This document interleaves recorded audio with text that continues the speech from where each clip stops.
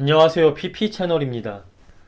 예수님께서는 로마의 총독인 빌라도에 의해 십자가에 못 박혀 죽으셨습니다. 그런데 사실 진짜 예수님을 죽인 건 빌라도가 아니라 당시 이스라엘의 지도자들이었어요. 누가복음 23장 4절에 보면 빌라도가 이렇게 말합니다. 빌라도가 대제사장과 무리들에게 이르되 내가 보니 이 사람에게 죄가 없도다. 이스라엘의 지도자들은 예수님을 죽이려 거짓으로 로마에 반역했다는 반역죄를 예수님께 뒤집어 씌워서 고발합니다. 반역죄는 당시에 사형에 처해지는 큰 벌을 받는 죄였어요. 그렇기에 반역죄를 뒤집어 씌워서 고발한다는 것은 이 사람을 죽여달라는, 예수님을 죽여달라는 말이나 다름이 없습니다. 이러한 이들의 고발에 빌라도가 죄가 있나 없나 확인하기 위해 예수님을 신문해요. 그런데 신문을 했음에도 불구하고 아무런 죄를 발견하지 못합니다. 이에 빌라도가 예수님은 죄가 없다고 말합니다. 하지만 그럼에도 이스라엘의 지도자들은 계속해서 예수님을 죽여달라고 빌라도에게 요청하며 고발을 합니다. 자기들이 직접 죽이지 않고 빌라도에게 죽여달라고 부탁을 해요. 왜 그랬을까요?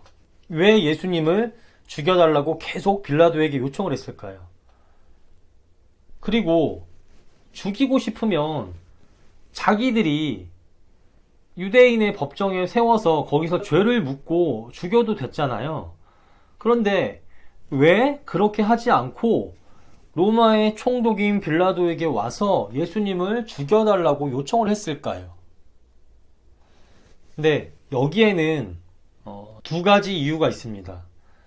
첫 번째, 당시 이스라엘의 지도자들은 사형을 언도하고 집행할 권리가 없었기 때문입니다. 당시 이스라엘은 로마 제국의 식민 통치를 받고 있었어요. 그래서 로마 총독의 지배 아래서 로마의 법을 따라야만 했습니다. 이게 원칙적인 전제였어요.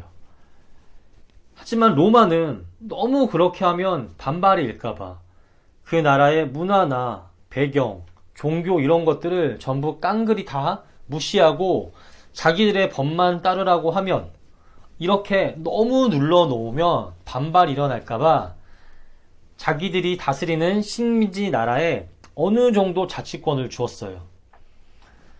로마의 해가 되지 않은 선 안에서 어느 정도의 잘잘못을 가리는 것이나 그 지역의 풍습 또는 문화, 종교 같은 그런 부분에서 그것에 대해 잘 알고 있는 그 식민지 민족의 권력자들에게 판단하고 다스릴 수 있는, 어느 정도 자치할 수 있는 권리를 줍니다. 하지만 사형권만은 주지 않았어요. 어느 정도 잘잘못을 가려서 벌을 줄 수 있는 권리는 줬지만 사형권만큼은 로마의 법 아래에서만, 로마의 법정에서만 가능하게 했습니다. 그렇기에 유대교 지도자들은 예수님을 죽이고 싶어도 죽일 수가 없었어요. 로마법에서 금지하니까. 만일 이를 어기고 예수님을 죽였다, 사형을 언도했다, 그러면 로마법을 어겼으니까 벌을 받겠죠. 네, 그렇기 때문에 유대 지도자들은 예수님을 죽이지 못했던 거예요. 그래서 반역죄라는 로마법에서 사형을 언도할 수 있는 가장 큰 죄인 반역죄를 예수님께 억지로 뒤집어 씌워 빌라도에게 고발했던 것입니다. 자기를 대신 예수님을 죽여달라고. 그 다음 두 번째, 이스라엘의 지도자들이 직접 예수님을 죽이지 않고 빌라도에게 죽여달라고 고발했던 이유는 사람들의 눈 때문이었습니다. 당시에 예수님께서는 이스라엘에서 굉장히 인기가 많으셨어요. 막 이렇게 인기가 떠오르는, 사람들 사이에서 대중들 가운데서 인기가 이렇게 올라가는 그런 분이셨습니다. 왜냐하면 본래 성경에서 말하는 것보다 훨씬 더 강하고 무겁게 변질된 당시 유대교 지도자들이 반드시 지키라고 말했던 잘못된 율법을 지키지 말라 하셨고, 또 잘못된 지도자들에 대한 비판과 종교적으로 사회적으로 썩어진 부분들에 대한 비판을 하셨음과 동시에 자신은 이런 것들이 아닌 복음을 통해 진정한 자유를 주시는 구원자 되심을 선포하셨습니다. 그러다 보니 이런 것들로 인해 고통당하고 억압당하고 눌려 있었던 많은 사람들이 예수님을 따랐어요. 하지만 이런 사람들과는 달리 이스라엘의 지도자들은 이러한 예수님의 말과 행동이 자신들에 대한 반항과 도전, 위협으로 느껴졌습니다. 그럴 수밖에 없는 게 자기들이 정한 법과 통치체계에 예수님께서 비판을 한 거니까요. 그러니 눈에 가시 같았을 거예요, 예수님이. 그렇죠? 자기들을 그리고 자기들이 정한 법칙과 누리는 특권에 대해 비판을 하니까 아마 그렇게 생각했을 것입니다.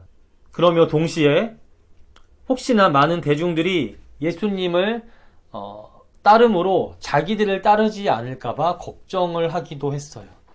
그렇게 되면 자기들의 영향력이 사라져버리니까요.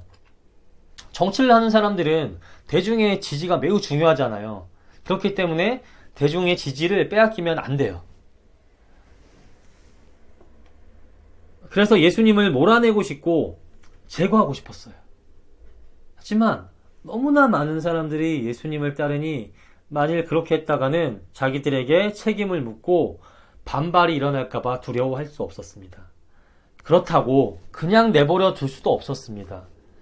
그냥 이렇게 내버려 두면 점점 더 예수님을 따르는 사람들이 걷잡을 수 없이 많아질 게 뻔하니, 그렇게 되면 자기들의 영향력이 약해지고 기득권을 빼앗기게 될 수 있었으니 가만히 있을 수도 없었어요. 그래서 이들은 자기들이 예수님을 죽이지만 사람들에게는 그렇게 보이지 않는, 자기들이 직접 하지 않고 다른 방법을 이용해 책임을 돌릴 수 있는 방법을 생각해냅니다. 그게 바로 로마에 대한 반역죄를 예수님께 뒤집어 씌우는 거였어요. 로마에 대한 반역죄는 당시 사형을 언도받는 큰 죄였기에 로마의 반란을 일으키는 잘하는 죄목을 씌워 예수님을 빌라도에게 고발한 것입니다. 그러므로 자기들이 죽인 게 아니라 로마가 죽인 것처럼 보이게 해서 원하는 목적을 이루고, 동시에 예수님을 죽임으로 사람들에게 듣게 될 원망도 로마에게 돌리려고요. 자기들의 목적도 이루고 백성들의 반발도 무마시키는 일석이조의 효과를 노린 거죠. 이를 위해 유대의 지도자들은, 이스라엘 지도자들은 예수님을 빌라도에게 죽여달라고 고발했던 것입니다. 정리할게요. 유대 지도자들은 자기들이 생각하고 바라던 구원자의 모습과 다른 예수님을, 그리고 자기들이 누리는 특권과 법을 부정하고 또 사람들의 지지를 예수님이 빼앗아갔기에, 그러므로 자기들의 위치가 점점 위태로워지자 예수님을 죽여달라고 빌라도에게 고발하고 요청을 합니다.